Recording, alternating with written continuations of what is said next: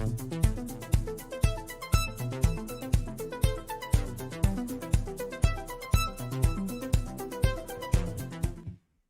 evening! Welcome everyone to the Foundation for the Study of Cycles.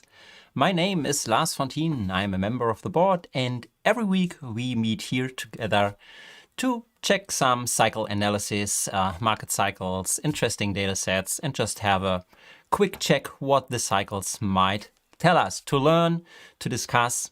And as always, as we are live, feel free to drop in your questions so I can get a clue on what's out of interest and try to get some feedback back to you as our community here. So for today, I will focus mainly rundown of the main market data to see where we are in the cycles of the main market data for the first 5 to 10 minutes.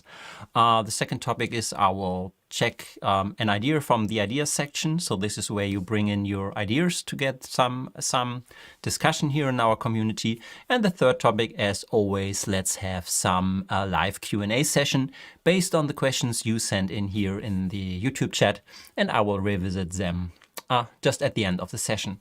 Approximately 20 to 30 minutes. So happy to stay with me today.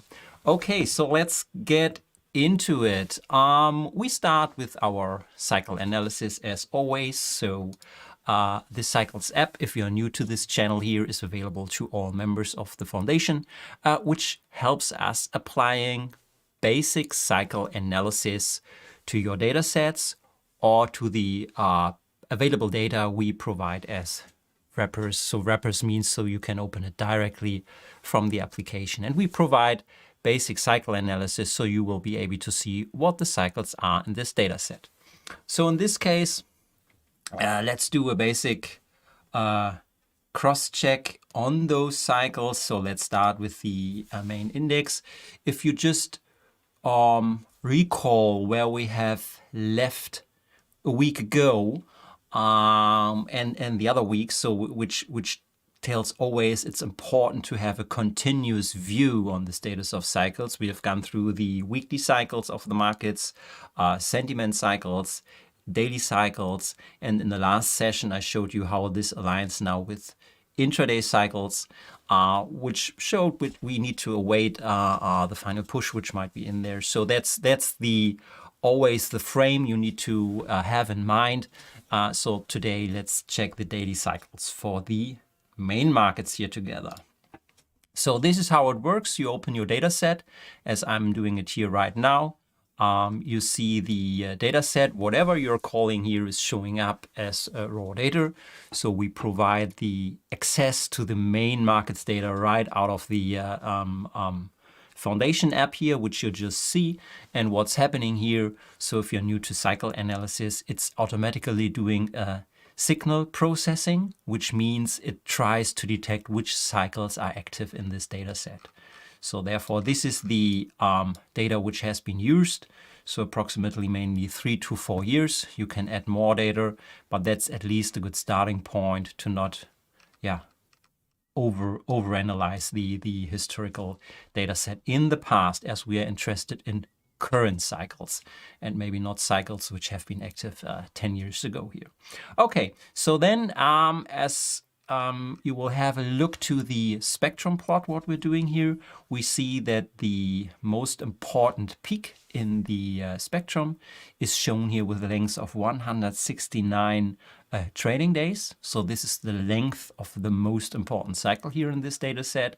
We have a large triangle, which means that the cycle strength score is very high, and a high Bartle score. So these are the three main measures we are always looking at as a basic starting point for cycle analysis. And if you are visiting this channel more frequently, you know that this cycle with a length of 160 to 170 trading days is at least the key cycle in the markets. It's currently a little bit expanding, so which means that there's not a symmetric cycle seen here. We see the cycle and the phase shifting during the last weeks. This means when you see the cycle shifting from the phase, you need to monitor other data sets and wait for a moment in time where the cycles align with the same length on different data sets. So then you have a good chance that now all cycles are in sync, which might be driving the markets here. So, but that's the first cycle we today look at. We can then, once we know which cycle seems to be important for this data set, we can go here over to the list on the right hand side and select the cycle we want to see as overlay to the market data, which I've just activated here. So this is now a basic cycle analysis, which mainly means that the detected cycle with a length of 169 trading days is now added here as an overlay to the data set. Important is that, which is not shown here by data, but each cycle has a phase, and a phase means the alignment of bottoms and tops of these cycles to the data, which is automatically detected by the signal analysis. So therefore, it is now positioned in this data, and if you see the long time analysis, that the major lows, which we see here, and the major, so here's the low, here's the top, here's the low, are aligned, but not aligned on back testing. This is the signal analysis, which is done here. So that's the most simple cycle analysis you can do on every data set. This is what the Snp Main Cycle looks like. So what we see here is, and this is what we're waiting for since February, March on the daily cycle, so that this cycle with a length of 160 something seems to be in a topping period. That's the basic step. If you now add some more salt into the sauce, or even get some advanced additional topics here, you know that if we're dealing with financial markets and the current environment, that we don't see symmetric cycles currently in the market. So there are asymmetric cycles, which means that the time from the top to bottom might be shorter and squeezed, and the period from a bottom to the next high is expanded. So the money flow into the markets is extended. So we see extended periods of upturns. You can apply this asymmetric behavior if we go into the settings panel and just activate this to this market here. You should not do this to any market data, because this is a special behavior of financial markets. Therefore, I'm just doing it for the financial markets here, which leads us to this asymmetric cycle plot here, which is also a special feature available here. So, and then moving forward, you would add more dominant cycles into this composite here than just the simple one. But for cycle analysis, if you find the most 1, 2, or 3 important cycles, that's the key of cycle analysis. Don't activate all cycles which might from a digital signal processing be detected, but this does not mean that they are really active in the market. So you need to deviate between mathematical signal processing and then to choose which cycles might be real, and there are some metrics which can help you that. So from this point in time here, just from the signal processing, this is the one that stands out. So a second step add to the mix is here. If you like, you can use nominal models like the Hurst nominal model to build an auto composite here based on setting you provide, but I will not go into the nominal model.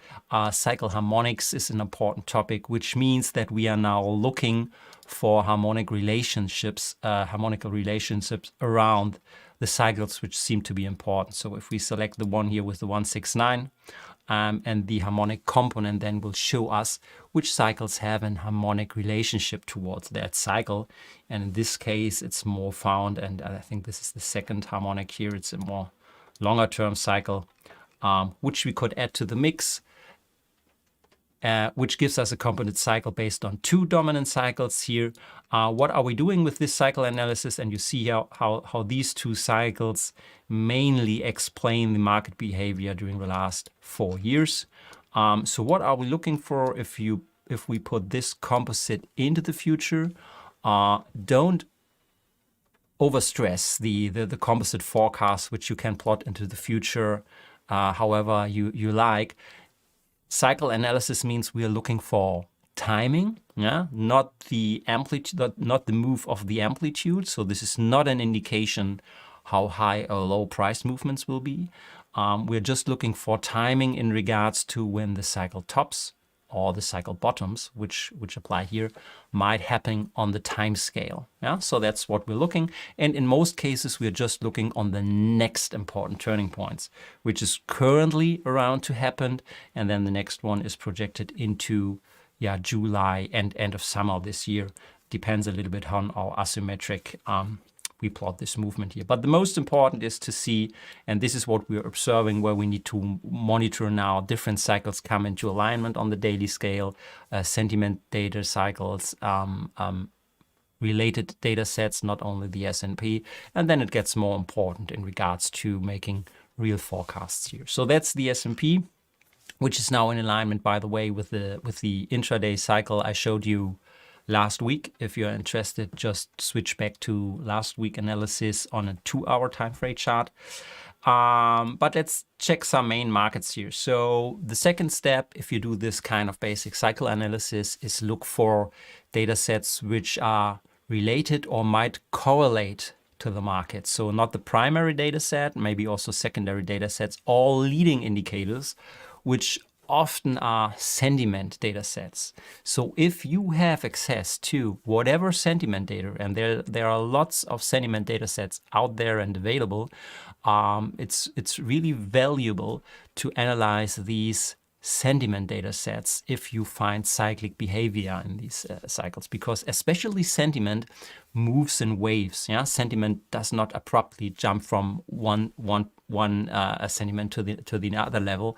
This moves in cycles or waves. So therefore, it's very interesting to apply whatever cycle analysis. So in this case, what we provide here as a standard starting point is use the Volatility Index, which is not directly a sentiment measure, but it's often used as a kind of sentiment indicator, also often called as fear index. And it's always interesting to see if the cycles on the main markets and the Volatility Index show the same length and or the same phase, and then it comes interesting here. So we're using the same period here, 4 years of Volatility Index, automatically applying the cycle analysis here in this case. And we see here a cycle with a length of 176 days is detected here as the peak in the spectrum. So we can activate this cycle here to show it on the screen. And then have a look at where this cycle is in regards to the current phase, which shows here also that it looks like we are here in a bottoming phase of the Volatility Index. And this sentiment measure in the Volatility Index is read especially the opposite around. So bottoming in the Volatility Index corresponds with market tops. So in regards to the length, what you see here is 176. So it's not exactly the same number as we've seen in the S&P, but I would count it this more or less the same length setting. So 168 to 170 something is more or less the same dominant cycle here.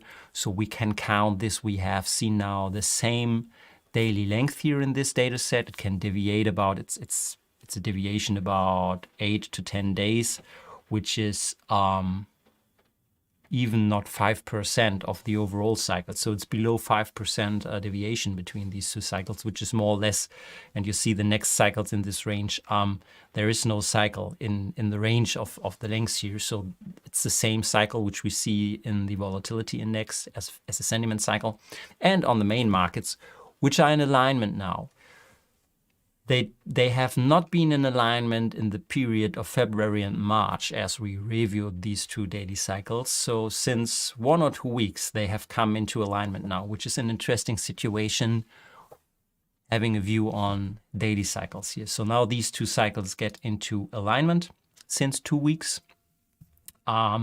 So you can now add more and more main markets into the mix here. So we can also use the, let's have a look at the NASDAQ. Here in this case, where we can see what's the dominant cycle here. So we have 165. Let's activate it. Let's have a look where the cycle is located here. So it's just, past the topping period. And 165 is a similar length here. So you see that the main markets from a cycle analysis point of view, not from a full trading or projection point of view, but from a cycle analysis point of view, we can see that there is a similarity in the main markets of dominant cycles and what the current phase is, and it's now in alignment with a sentiment indicator like the volatility index. That's how we do basic cycle analysis. That's the starting point for every cycle analysis we do, and I will keep it to the simple way of doing it, just as an introduction also for the new members or which are new to cycle analysis. This is how you start with cycle analysis. There's then much more to add to detect if the cycles are valid or in sync with other market data sets, and to add higher and lower time frames into the mix to align if the lower and higher time frame might get into alignment. And just remember, this is done for timing analysis. This is not a projection for price movements. Okay, that's it for cycle analysis on the main markets, just as a basic intro, and I will keep it for today, so please excuse if you're on the advanced section. I think during the last weeks, I really digged into more advanced intraday analysis with the Harmonics, the nominal Hurst model, the intraday cycles, but we have a lot of new starters here to cycle analysis, so therefore this is a basic analysis of the main markets, and I will now switch to the ideas section. Also to comment what you have posted out of the community, and to comment a little bit to learn how to use these ideas. So therefore, you know that we have launched the ideas section some weeks ago, which allows you all to post your own ideas and cycle analysis to share with the community. So I would encourage everyone reach out to this domain here, which is app.cycles.org/ideas. It's a free available domain where everyone can see these cycle ideas. You don't need to be a member. This is available for everyone, where our members post some current cycle analysis.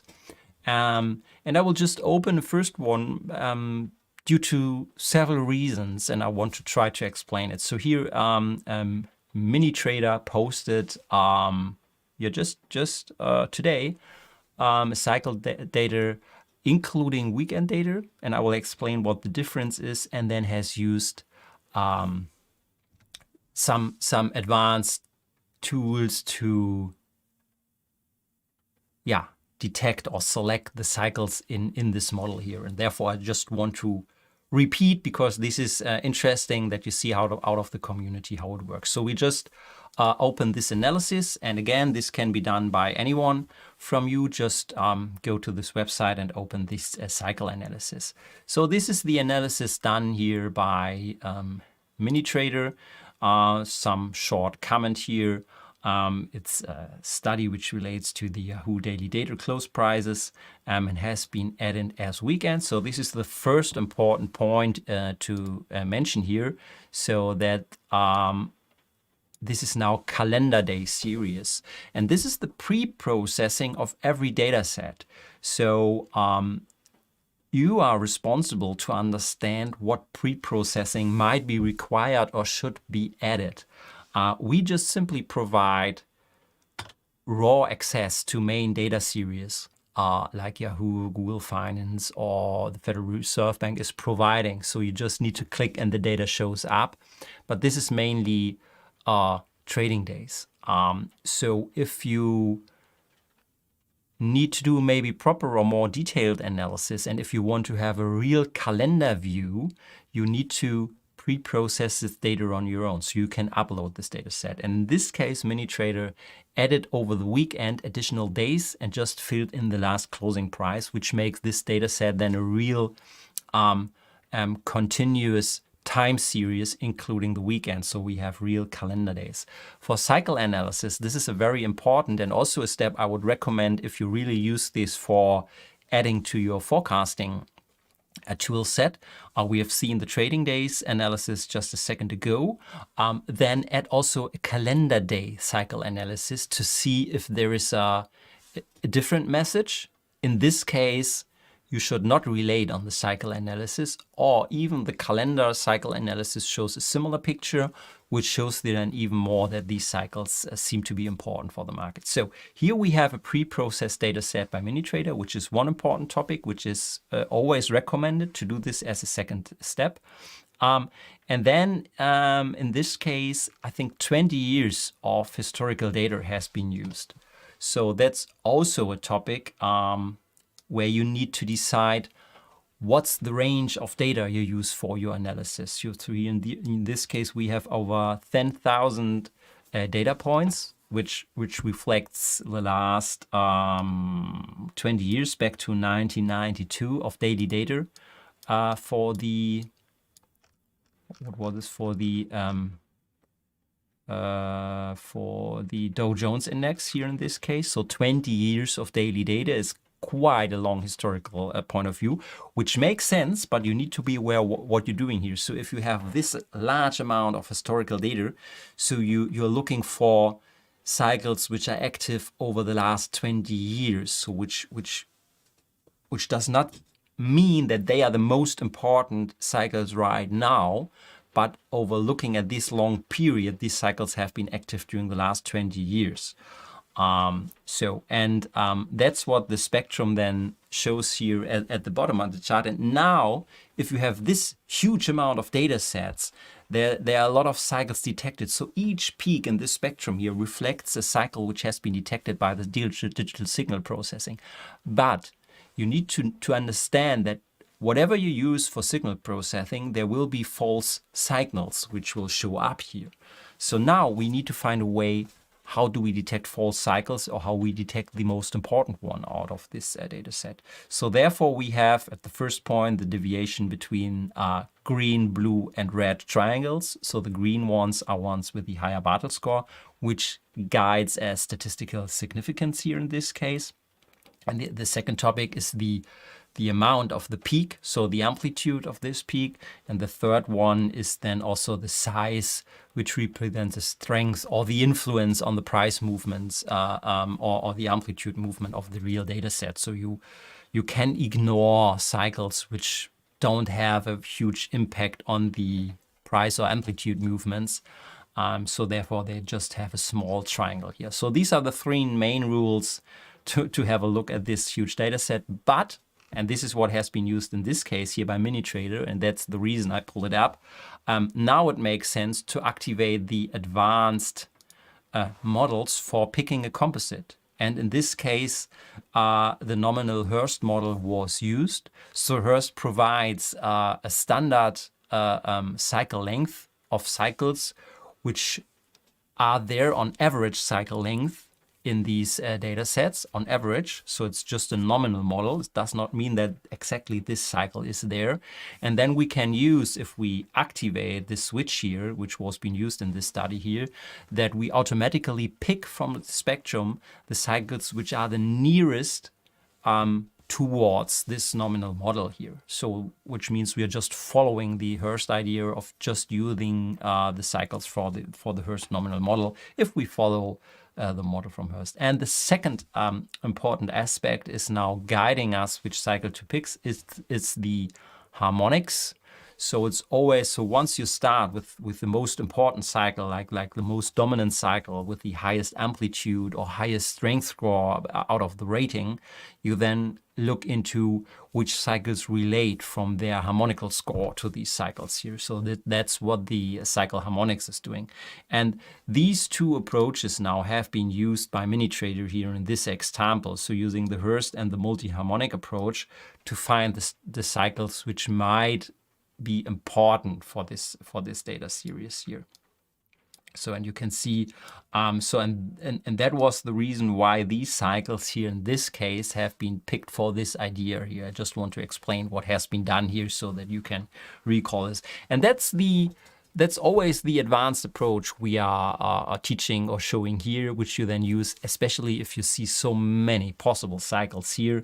The cycles are activated here. And I picked this also because this shows a similar picture on regards to questioning where we are in these main markets here. So even though this is not one simple dominant cycle analysis as I did in the previous example, was just selecting one cycle, this is now using 5 cycles, which clearly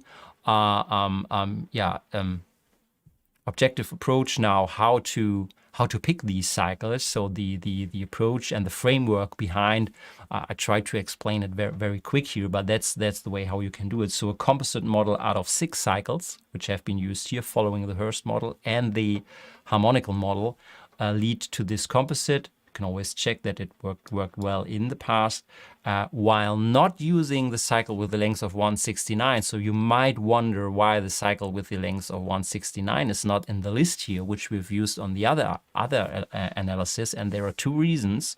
First of all, here's a much longer historical data set used for the analysis, so 20 years of data instead of 4 years of data. So if we analyze 20 years of data, there might be other cycles on average important, while just looking at the last 4 years, the cycle with the length of 160-day trading days was important. So that's now how you align different ways of looking on the cycle sets here, because analyzing 20 years of historical data pulls up the cycles on average, which have been active or explaining the 20 years of the data set. While now, and you're always then interested more in projecting forecasting, so therefore always have a closer look at what's currently happening in the markets, not just 20 years ago. And this is why I pulled up the simple analysis with the 169. So, and again, important in cycle analysis, if these different ways of cycle analysis come into alignment. Yeah, so these are 2 different ways to look on cycles, but they show you the same outcome in regards to reading the timings now. So this is now if we see here for this idea here, I think the reading in this sense here, is the same. So where we are arriving here. So now what the projection shows. And that's important for cycle analysis. And that's why I just choose this analysis here.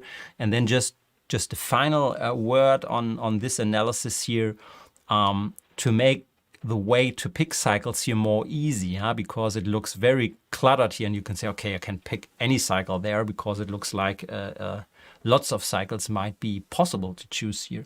Now you can fine tune, and that's also part of the advanced cycle analysis. You can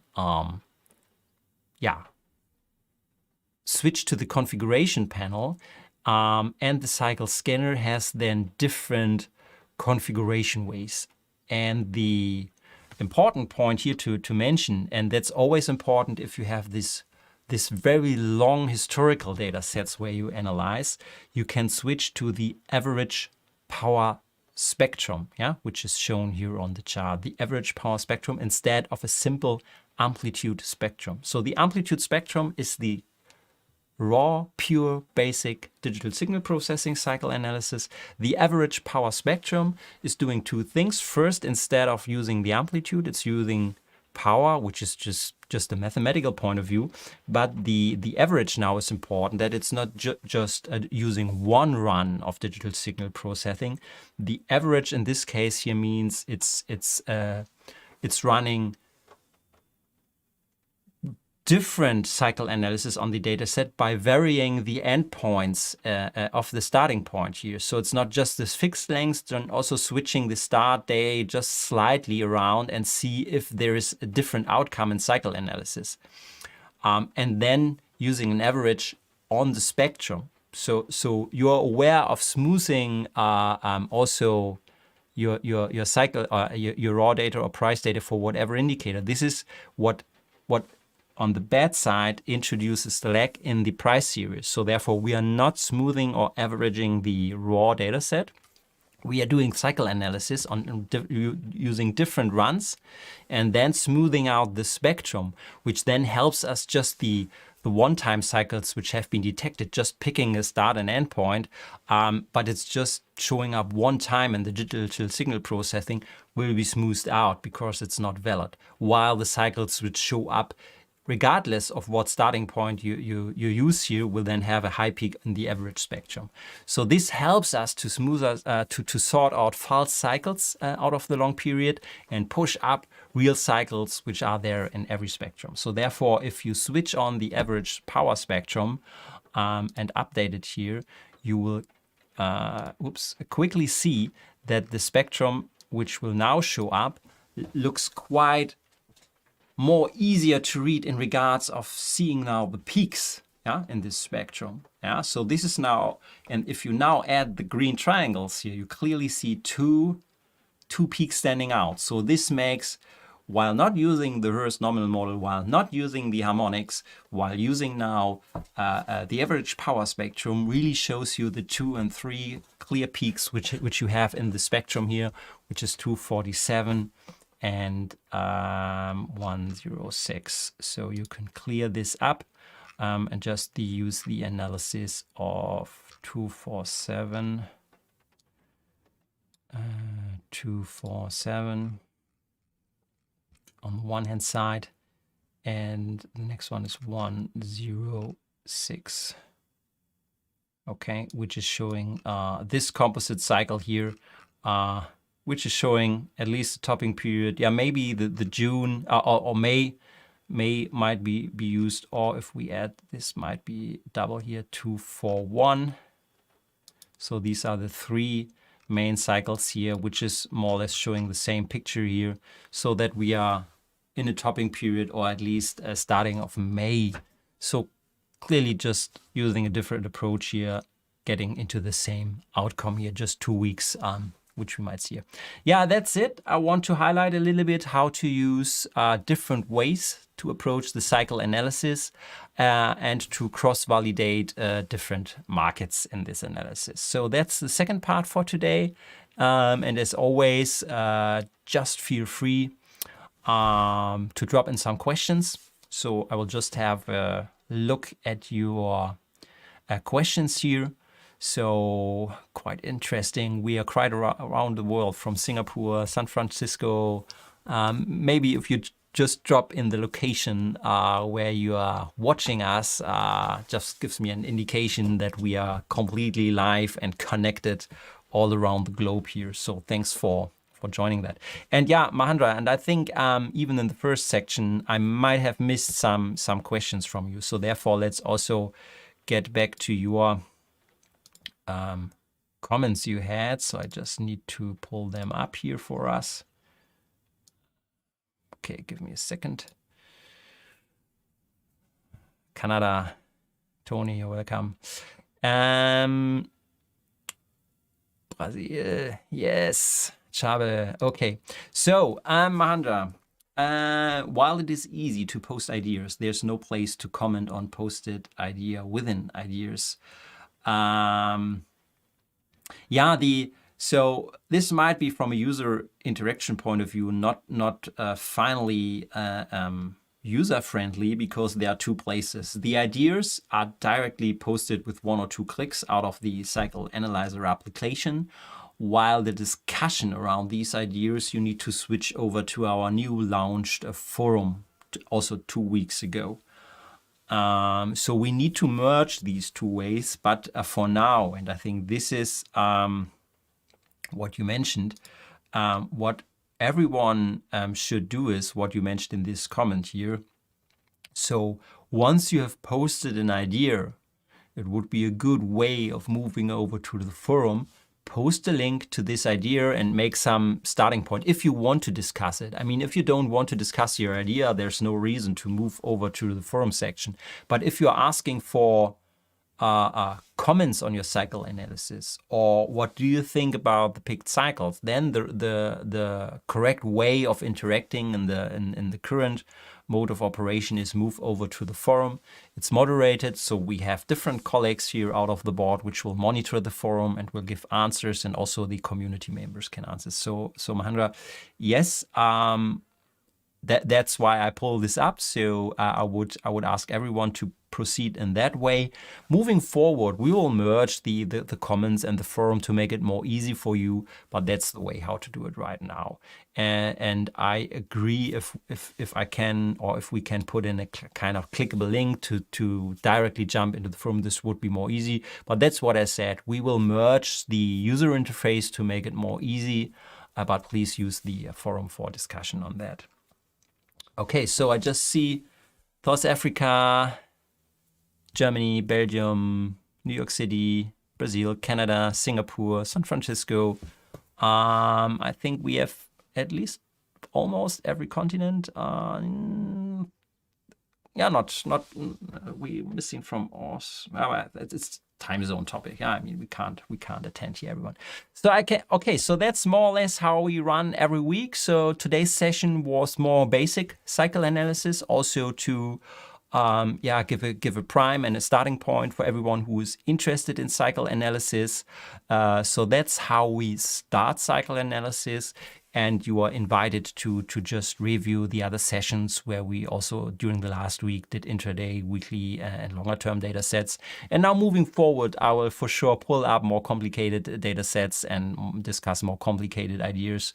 So that's what we do once a week. So therefore, please join next week to interact with the cycle analysis, to see what the main markets do. So we will pick the main markets for cycle analysis.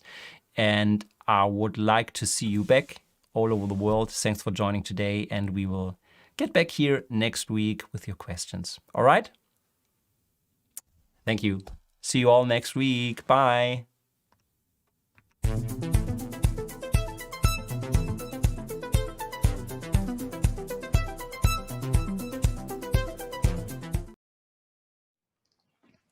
Hello, I'm Dr. Richard Smith, the Chairman and Executive Director of the Foundation for the Study of Cycles. I hope you enjoyed our presentation.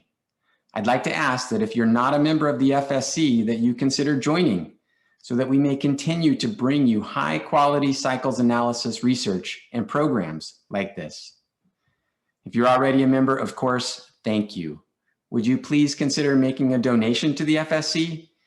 We are a not-for-profit organization, and your donations and membership fees are tax deductible. Every dollar that we bring in goes to further the vision of our founder, Edward R. Dewey. Together, we can make a real difference and bring these critical reports and analyses to the next generation. Thank you for standing with the FSC, and see you next time.